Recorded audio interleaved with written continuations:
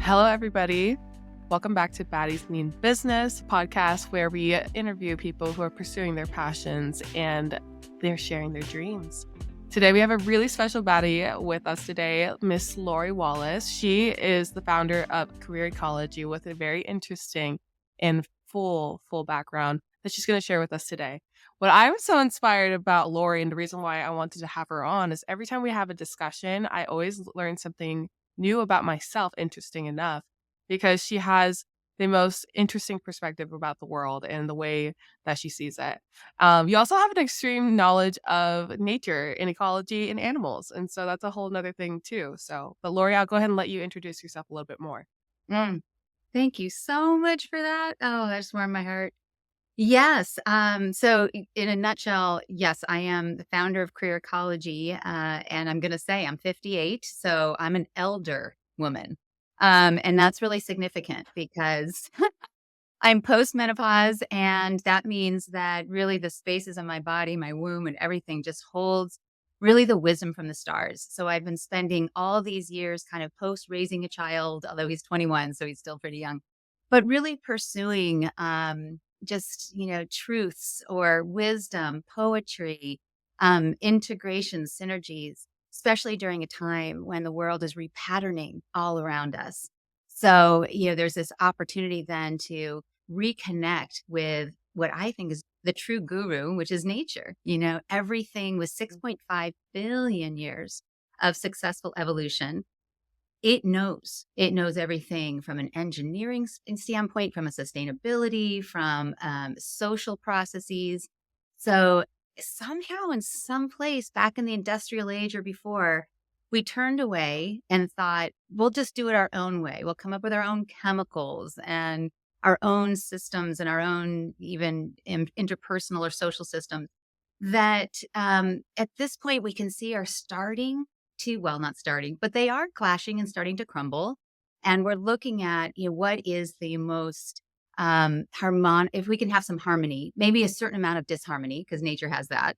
But if we can have some of that, we can really look to the ecosystem right outside my window and notice all those busy pollinators out there doing their part and the flowers that are seeking to give up the pollen and all the animals and everything that dies out there becomes the soil and, the whole process of birth, life, death, and renewal.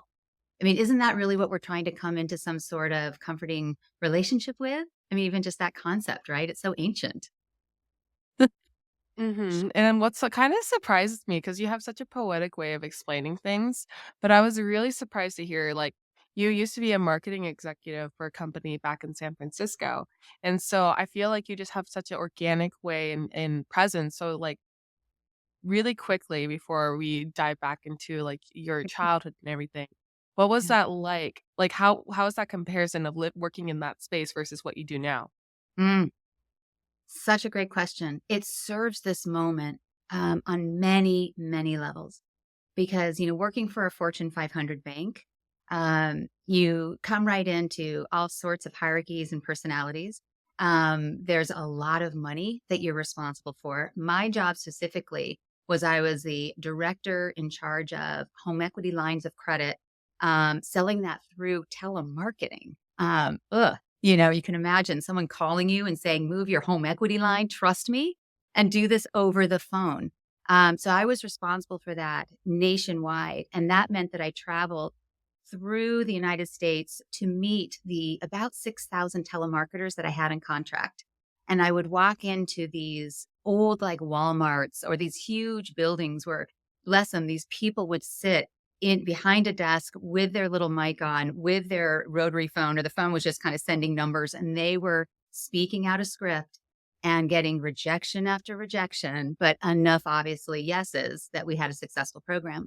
And what was really unique for me in that is that I've always understood the value of words, the value of thoughts and conveying trust, how to even initiate a conversation in a way that right off of the bat, it says something like, I'm going to signal trust here. I'm going to ask for permission, and then I'm going to share, and then I'm going to ask you for feedback, and then I'm going to adapt. And actually what I just explained is how wolves actually communicate in the wild.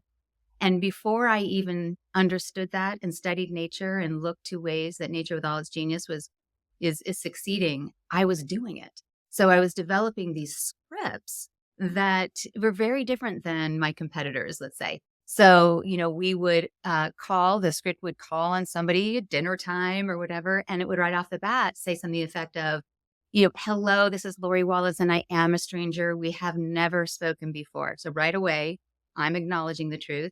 If you have a moment, I know this is dinner time. There's something very briefly I'd like to share that could make a difference for you financially with your home equity line. Is that something that you have time for? And if they didn't have time because they're in the middle of dinner, they had a hard day at work, let them go. But if they had time, they would give me their yes. And then we would share. And then we'd say, what do you think? So there was all of this respect. There was truth, authenticity. And so I did that for years. And you want to hear something really funny about this, Rylie? This is going to rock you. This is going to rock you. Yeah. So I was successful. Get ready. Get ready for that. I was successful with a national program, making millions of dollars for this bank. And when the first program was over, I was called to the office of one of the vice presidents. And he sat me down and he said, congratulations. You did something we didn't think could be done. Bravo. And I thought, and here's this executive, and he's just what you would picture in the part, like in a movie, just this elder man, and he had all the power. Mm-hmm. And then he said, can I give you some advice? And I said, of course. And he said, if you want to be around the executive table, if you want to be even around the boardroom, tone down the cheerleader. And I thought, whoa, really? That was the only reason I succeeded. These people, makes me want to cry. These people that were working in these huge, like in Fargo, in the middle of a blizzard, doing call after call after call. The only reason they did it for me is because I told them, I said, you're helping somebody that maybe needs that money next week because their car might break down. Do you know that you're reaching out to people that actually may need this information? So what you're doing makes a difference in the world. I was a cheerleader. Yes, I brought in also cookie dough, and M&Ms, and we had, big celebrations and we had fun. But I brought the joy, I brought play, and I brought love. And this man told me to stop. I have to say, for a couple weeks, I tried to show up the way he wanted, and it failed, and I was miserable. And so I went back to my old ways, but I ultimately left that company. So fascinating, right? Mm-hmm. It blows my mind to think of that, because it's like, here you are with all of the success, and it's not questioned of like, oh, how did she reach the success? Everything she's doing has led to it. It's like, although you've reached a success, we still want you to fit into this mold, which is extraordinary to me to think about. Yeah. So I think, thank goodness it was, you are where you are now.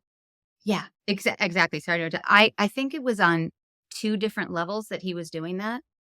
One was the traditional, if you've seen the movie Barbie. Have you seen it yet? Did you watch that movie Barbie, Rylie? Not yet. Not yet, guys. Okay. I'm sorry. I've watched every single TikTok, every single video, but I'm not yet. Okay. I just saw it with my son 2 days ago.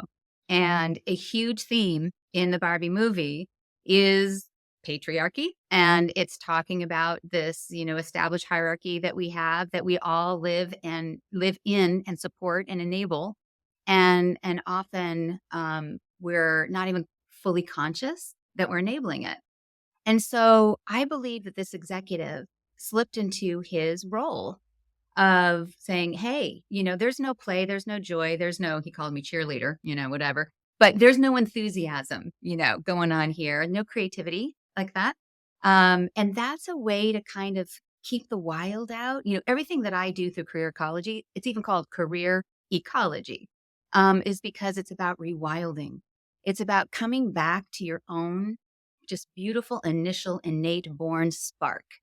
And what was that when you even first came out of the womb? And it's really there. We each have that spark. We have even a temperament that is even along the lines of what Hippocrates studied. He is one of the first kind of Western doctors, certainly not the first doctor, We can go back ancient through India, but he's a significant teacher, and we've learned a lot from him. And he talks about the 4 different temperaments, and so it's fascinating to see how children come out. Even they can come out very melancholic. Like you can see a baby that's very somber, that's not a giggler, or you have a baby that just laughs at everything and is very, very sanguine. There's this natural essence. Even Ayurvedic talks about what's your dosha. What is that essence and that presence? My neighbor next door has this adorable child. He's 3 years old. He is going to be some sort of builder or engineer. I went by their home to bring them some cookies or something. They have a second baby. And I'm standing there talking to their mom, his mom, and we hear a crash. And I look in the corner and he has taken one of those discs that cleans the floor, that goes around. He picked it up and he turned it upside down, and it was kind of heavy and it crashed. And he put his face this close to it, looking at the mechanics, and is calling out, "That's a blade. And he's calling out, and he's trying to peer into the mechanics of this. And I'm seeing the genuine nature of a human being. And so our society right now that wants to keep us all within some sort of hierarchical structure means, please, no rewilding. And I don't want you necessarily to show up in your full power, because your job is to serve me. And so that's what career ecology is all about. It's this idea of authentic relating to your environment, which is external and internal. So what is that wildness? And I think wherever you are in this world, whatever sort of gender or identity or skin color or nationality or anything, any of these things, we can be put into some sort of box and identify that this is what we're supposed to do and what we're capable of. And if we go outside of that, we're misbehaving. And I think in a way I was Mhm. misbehaving with this gentleman. And he was trying to, in a sense, put out my fire. He saw Yeah. how the feminine rushed in with love and compassion and joy.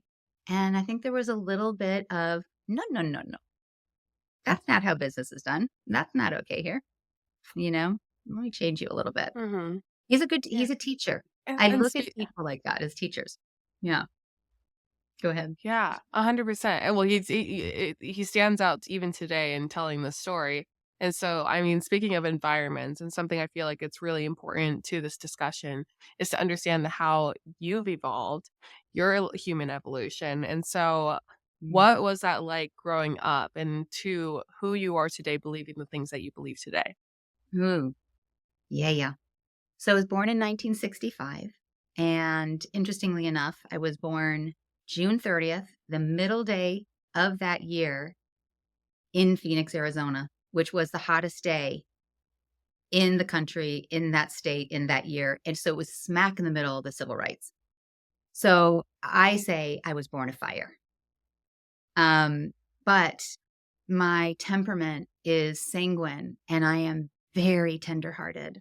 So as a child, I would watch like Mutual of Omaha's Animal Kingdom. And this was a show that was about humans and very caring humans going into Africa and helping animals in distress. And so you might see them with one of their guns, that tranquilizer guns, and they would have to, shoot the giraffe. I still can even picture the day I saw this, shoot the giraffe so that they could pull out whatever's in her foot that's hurting her or something like that. And I would see that show and I would be in hysterics seeing that for a week. And my mom, she tells me, she remembers, is my sensitivity. It's like I didn't have this natural barrier. So I grew up always wanting to maintain harmony or peace or love or joy, which is typical of what women are supposed to do. But I was very, very sensitive to pain. And so it was easy to shape me towards compliance. And so I was shaped by my mom and my dad into that. But at the same time, I had angst over that. So I did develop autoimmune. And I know that autoimmune that really kicks in high school when really the woman's hormones, we're fully into our menstrual cycles. And so the autoimmune was taking over, and high school was really hard for me. And I had, kind of a sense of depression during then. And it was unusual for people to see that in me because I was always sunny, bright Lori, and it was really expected. But my body was in turmoil. So I go to college that way, and I go to college without any sort of sense that I need to speak what's true. And first of all, no sense that I need to even touch what I know is true about my feelings. Everything is always, what are you feeling? And how do I now kind of reflect back on that? How do I ensure that your ego is lifted? How am I to make sure that everyone else is okay and beyond okay, that they're feeling pretty powerful? That was a horrible state to be in as a woman in college. I think that predators can pretty quickly detect who is there without any sort of boundaries or sense of self. So I went through college like that, deep feeler still, working with terminally ill children, was going to UCLA, getting my psychology major and completing. And I married my soulmate, or met my soulmate, married him later, but pushed him off for 5 years. And the reason why I share this part of the story is that the evolving story of waking up, of shedding these skins, is certainly your experiences of life and milestones and work and education. But it's often a soulmate, and it's often also the person that can hurt you. So in college, I had some pretty bad experiences being a woman who was vulnerable. And then I also met the man who recognized who I was behind that as I was spiraling and just becoming prey, essentially. And he said, I see you. We actually met in middle school. But he remembered me, from then. And we became best friends. And then ultimately we married. And so my 20s was, on top of being a compliant girl with a very sensitive heart, my 20s became a married woman at the age of 24 to a soulmate who was also wounded from his family, and we fought. So our fire turned into massive conflict where whatever coping mechanism we brought was really triggering the other person. And so we're going to therapy, and no one's seeing my part of this. They just see shiny Lori. Still, I'm not being seen. They're telling my husband he needs to breathe to 10 and we'll be fine. And then we finally, not until I was 36 years old, did we finally get in. No, actually, it's later than that. It was more when I was 41, because I birthed my child at 36 through the time of September 11th, practically birthed him on my living room floor. He was 8 months in my belly, and ended up getting laid off with the bank that I was working for because we had a huge recession. And I went into catastrophic autoimmune collapse. That is the most important, significant time of my life. That was my rebirth. That was my shedding of everything old. I went to doctors and they said, just take, some sort of anti-inflammatory, or, go ahead and take another antibiotic, where maybe you pick something up from the hospital when you birthed your child. I had to finally recognize that all of those that are maybe the authorities that I always relied on and never questioned were wrong, and that they were killing me. So I Googled myself, my symptoms for the first time, and started to take some accountability in my life. This is 36. This is late. It feels late for me. You are so far ahead of me, Rylie. I mean, if I had your consciousness and your experiences and your courage at your age, oh my God, I can't imagine. I just lost decades, but thank goodness this happens at 36. And I ended up becoming a recruiter because I wanted to practice radical kindness. We moved to Oregon and had a miscarriage there. Was working for a horrible person who mistreated his clients. And long story short, it was all for the better, because I said, I got to change headhunting into human connection. Losing that child to toxic mold in our home. We were forced out for 4 months with people who were in hazmat suits. We said, we can't have our child in this house. So that loss of that baby brought us back to California, and coming back to California brought us back in proximity with family, but also into the work that I'm doing now with Career Ecology and everything that's ensued. So all of these experiences that were difficult, and I know you get this, I call them antagonistic mentors, because the greatest move forward was for sure, hands down, when life was in its most, I would say, just at the height of crisis, for sure. And so now it's weird. My husband will think it's weird, but when something bad is happening, I get a little excited because I know I'm being guided into some next evolutionary shift, some growth moment. And if I can open my heart and say, I'm open to the guidance and I know I can endure it because I know I'm loved. I know that I'm thinking and capable of walking and moving. I can live. If I lost my house and everything, I know people that would take me in till I get, figured it out. If I can live without the attachments and all the constraints and trust, and it makes me cry, but go along the journey of the crisis, I will come out closer to love on the other end.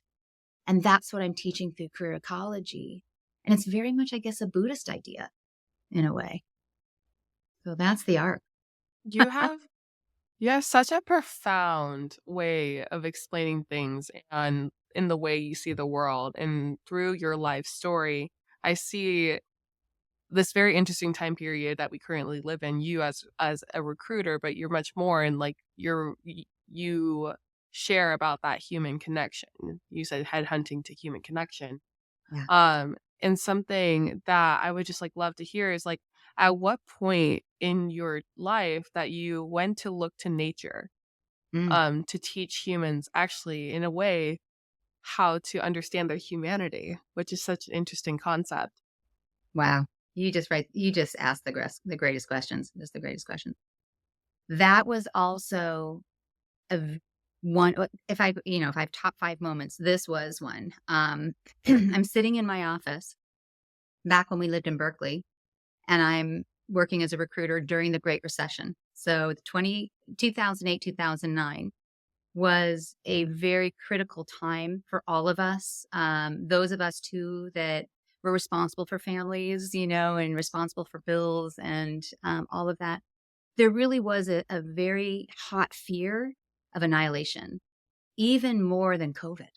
COVID had a little bit of a thrill. I mean, it was devastating, but it was like, oh, I'll make bread. If we were lucky enough that we could be in a home where we could just make bread, not everybody could do that. But it was a curious time. And then, of course, it brought forward all of this, social conflict. But the Great Recession was dark. And this will link to your question in a second. I actually had a client who was murdered by his employee because his employee was worried that he would be let go. People were afraid that they would lose everything and die. It was another very pivotal time for me because also I was asked to be, this is kind of silly, but it was significant. I was asked to be the chair of my son's private school that he was in, a Waldorf school, the auction chair. And I knew I couldn't do this in the traditional fashion where just wealthy people were bidding for someone else's donations. And these people who were donating were probably struggling to make money. And so, I was pushing up against this particular bubble community that wasn't even aware that people were suffering. I ended up in a 5-day fever. The idea is if you have a sustained fever over 2 days or 3 days, Rudolf Steiner even talks about this, is that you start to weaken your etheric body. And it allows, in a way, your spirit and your mind to kind of commune, and it allows you to advance. Otherwise, sometimes our etheric body, it's like this, it's a web or like a net, and it keeps you sort of tight and unable to shift and grow spiritually. And so I had a sustained fever for 5 days. I was hallucinating by the end. And I had these voices, and they were feminine voices saying basically, grow up, girl. Come on. I was still at that time an enabler. I wasn't fully standing with proper boundaries and things. Okay. So then fast forward a couple months after this experience, and I get an email from my friend Sharon. And she said, I know you love nature. I mean, I wasn't fully into nature like I am now. I mean, it wasn't partnering from an intellectual, psycho-spiritual standpoint like I do now. But everybody knew I love nature and I love beauty. So she says, you just got to see this woman, Claire Dubois. At the time, she was Claire Dakin. She has a video and she's starting something called Tree Sisters. I thought, I'll click it. And there she was, Claire Dakin at the time, sitting there, an English woman, with the most authentic share I had ever seen. And now keep in mind, this is a time when you were really starting to see women coming forward with kind of goddess, strategies or whatever, like come into your goddess, like all this stuff was going on. And women of my generation were starting to try to understand, who am I? And am I a whole person outside of my relationship to the masculine? So it was really kind of happening, here in the starting of the 2000s and into this time. And I had listened to several other women and I thought they had great ideas, but it still felt like a performance. And then I saw Claire, and she's crying about climate change. And she's telling us of her dream that she had as a child, as a 5-year-old, where she had a nightmare that there were no more clouds in the sky. And she had always been hypersensitive to what was coming. And she started to cry and snot was coming out of her. And she's English. She's like, I'm so sorry. I'm a little snotty, but she's just so natural. Mhm. And I was like, and so I signed up and I gave her money right away. And then she started something called the Wild Soul Woman course. And this was a book written that I've read many times and recommend by Mary Reynolds Thompson, Reclaim Your Wild Soul. And they took us through a live experience where Mary and Claire, but Mary really is the one who wrote the book, opened us up to the 5 archetypal landscapes. So when we think of archetypes, we typically think of fairy tale type archetypes. We think of Carl Jung's archetypes like the clown or, some horrible ones I'm not going to say, but also the teacher and this and that. We can think also as like Kuan Yin. We can think of these types of beautiful archetypes. She said, the landscapes are the most fundamental, and they are desert, forest, ocean and rivers, mountain, and grasslands. And she took us through a hero's journey where we reclaimed and awakened in our wild souls, rewilded our souls and our hearts through these landscapes. Each one was so opening, but the one that affected me the most was when we came to mountain. And mountain was after, and again, my tears, mountain was after we had spent time in ocean, which is very heart-based. Ocean is where I exist because ocean is like your oceanic heart. And after we left ocean, she said, we're at the foot of the mountain. And mountain is where you are going to raise your voice, where you are going to touch into your own tectonic plates, where you might even spew lava and molten lava and fire. And you're going to go to the top and you're going to have a perspective of the whole view and you're going to be heard. And I was like, oh, I can't even move from the foot. I can't move from the base of the mountain. I'm like, I can be angry? I mean, swear to God, Rylie, I am 42 and I didn't know I had access to my anger. Oh my God. So she pulls me up the mountain and I'm trembling as I'm going through this. And so that week, my husband and I are walking through a park near where we live. And he brings up a typical old argument that triggers me to no end. But I used to always just try to placate and get through it. And he's starting the argument. He's triggered. He just wants to basically vent. This is kind of a typical thing we do. And we're getting out of it. And I got mad, right? And I said, so I just said, no, it's like blah, blah, blah, blah. And he said, don't be mad at me. And that's his tip. That's the way. Don't be mad at me. Or the other way, sort of people unconsciously, they say, you're angry. And you go, no, I'm not. Or I'm sorry. He goes, don't be mad at me. And I said, I am volcano. I am spewing lava. And I just went off on what the mountain's doing. I didn't even speak. I just became the volcano. And then John said, oh, I get it. Somehow merging through nature, through that archetype, to explain that my anger was natural and belonged there, made him feel safe. Well, that was the beginning of 2 years of quite a bit of volcanic activity in our household. But that was the opening for me into reawakening my wild soul.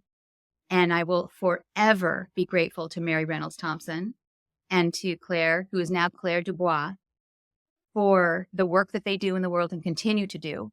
and write books and create opportunities and experiences for us all to come back into union with nature, which is how we were born, because each one of us is an animal. We are nature. Hmm. You know. And I feel like all these little lessons, like the way we've had conversations before and how you explain certain lessons that like are situations that happen in our day to day life, work life. And you bring up a anecdote that relates to nature and animals and how they solve a similar problem in comparison. Would you be able to provide an example of that? One of your favorite examples of that type of comparison? Okay, so an example of how an animal, so I gave you an example of even how a landscape, which is fascinating. But now let's take that to the animal realm. And it's interesting that you asked that question because once again, you ask the great questions and you're so psychic. When I decided, and I created Career Ecology, and I wrote Way of the Monarch. So, Way of the Monarch is a 4-month, truly hero's journey that does rewild the human psyche, soul, and heart. Really, at the end, what happens with Way of the Monarch is that I'm guiding people back into heart mindedness. As a recruiter, all these years, seeing people living through the trauma of their work lives, and underneath, whether it be a boss that's oppressive or being laid off or whatever it is that's hard, what I find is that they're so traumatized because their ego is really their only compass. And the ego is basically saying, "Oh no, we're out of money," or "Oh no, you're not loved," or "You're not good enough." And we really just die underneath the weight of that. But when the heart is actually your primary compass, then the heart says, "We're loved. All will be well. We're part of the natural world. It's life, death, renewal. This is all part of the process. Don't worry." It's really what you would expect a loving mother, to say, like, "All will be well." The heart balances that out. And so I'm guiding people into this heart mindedness. So heart mindfulness.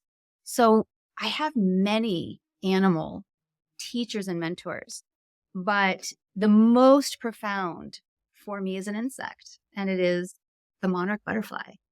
Since moving to San Diego, I'm in the path of the migration of monarchs. Of course, they came through Berkeley, where I lived before, and I saw a few, but there isn't the same, or maybe it's just I brought it here, but the relationship to the monarch is pretty special here in San Diego. And I became aware of it because I won, well, after a year of moving here, and I moved here during the culture crisis. I came here right as Trump became president. So it was a culture crisis and then COVID crisis. And so it was a very tumultuous time. There was a woman that I had met briefly just by chance who invited me to a circle of women where we were doing yoga and various things. And there was a contest, and my name was pulled out of the hat, and I won an hour's worth of vocal training.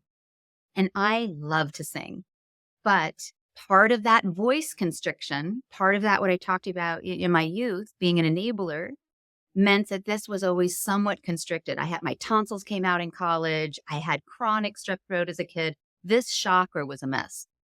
And so going to this woman to sing, she was a beautiful singer and I was definitely constricted. So I kind of cheated and I used the time to connect with her just heart to heart. We used most of the time chatting, which was so good because she showed me her backyard.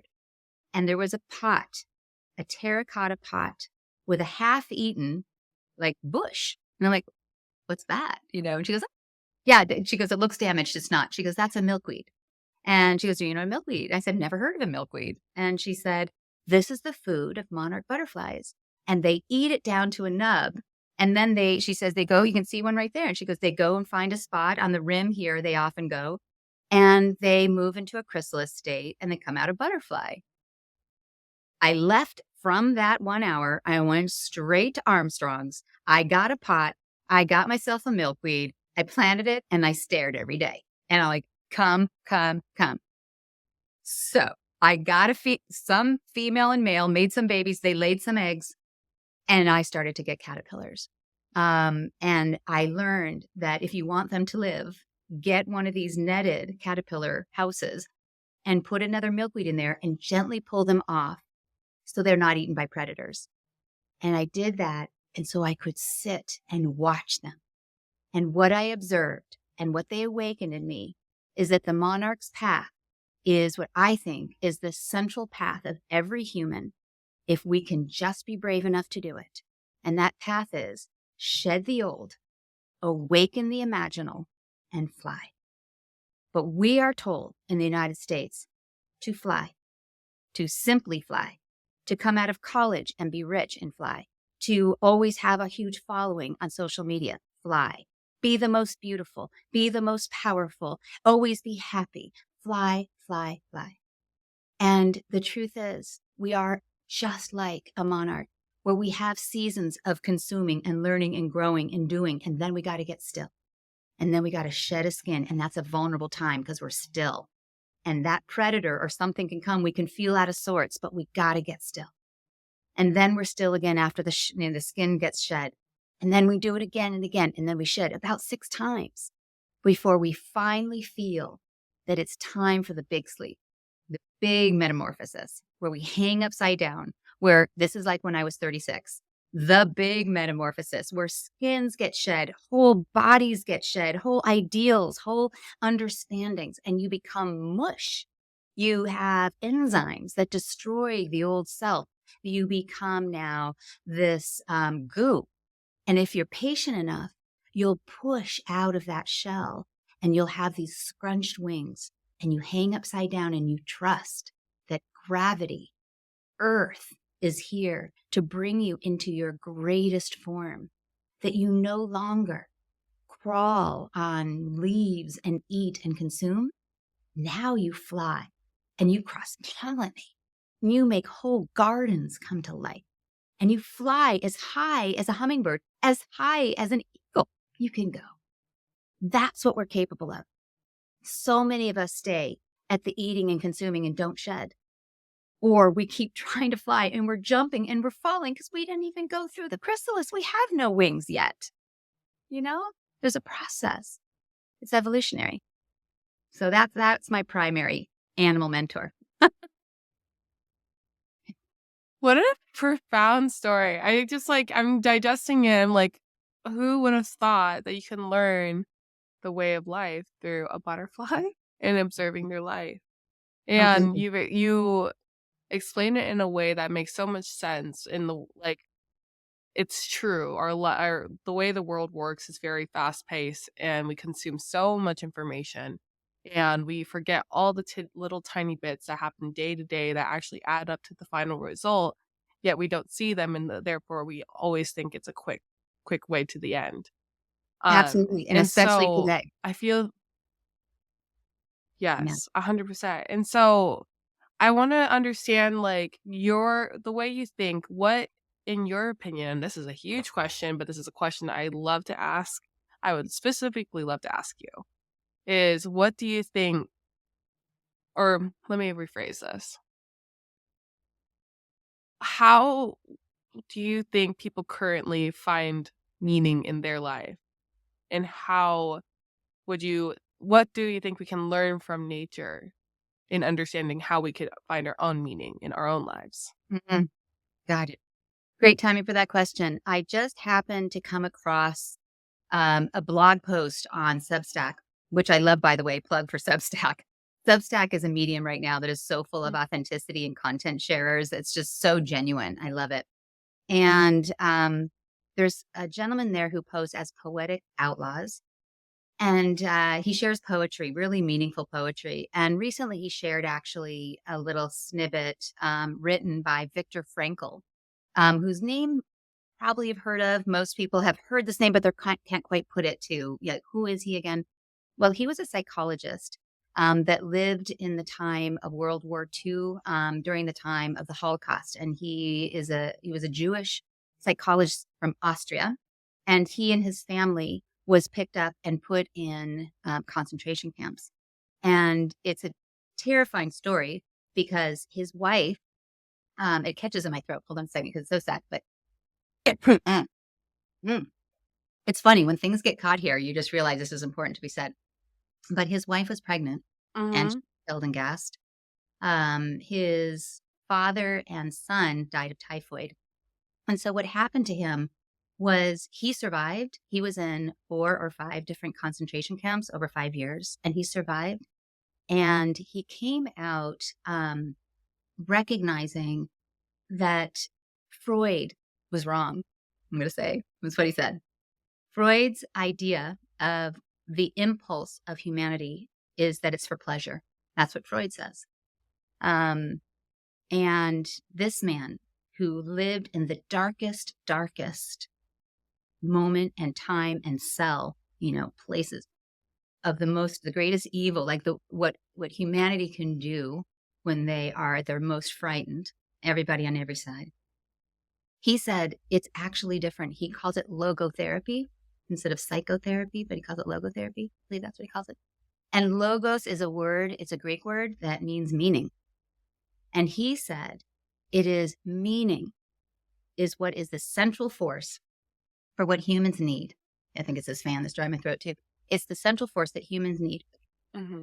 He says it's meaning, and he says the central need of the human being is to live with meaning. And he said the reason for that is that we are so capable. We have such potential as humans with this massive brain that connects to a heart that's full of neuron cells, that is really this voice box of the soul, that we can contemplate the universe. I mean, all this kind of stuff. And so if we are not living with meaning, we are out of sorts. We are dangerous to this world. So we have to kind of live into this potential.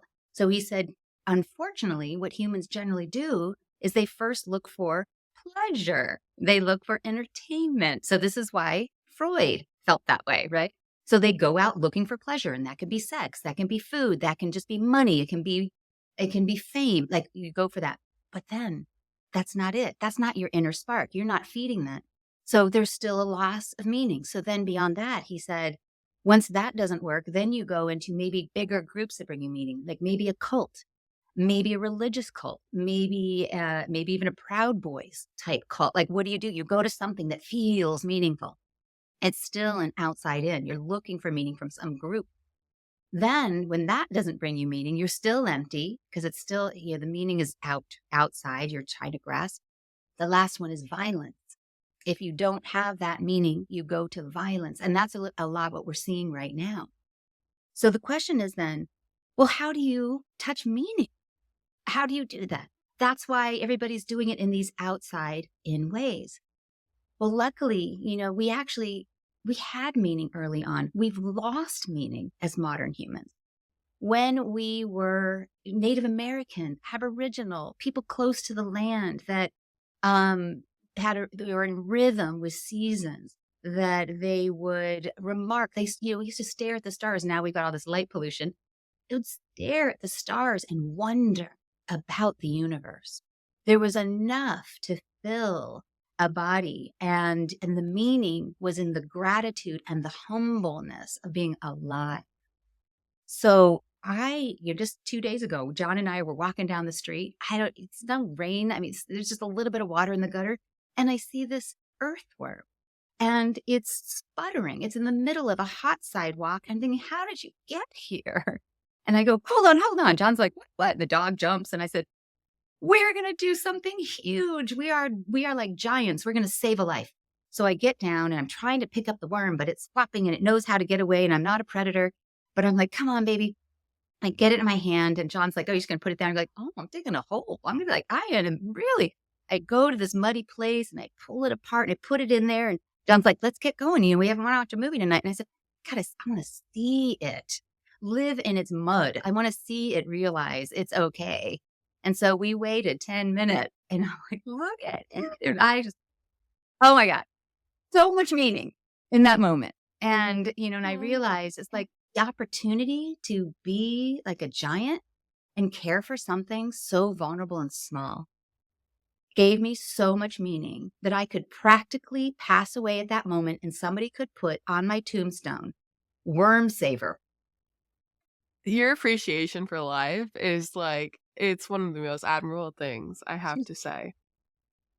It really does. It's that meaning and that appreciation of, the complexity of this world and the natural world, and to imagine, to stare at a leaf and say, are you photosynthesizing right now?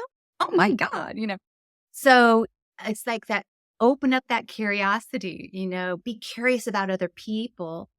And in order to really, truly come into your own light and touch your own meaning, you got to go through the monarch.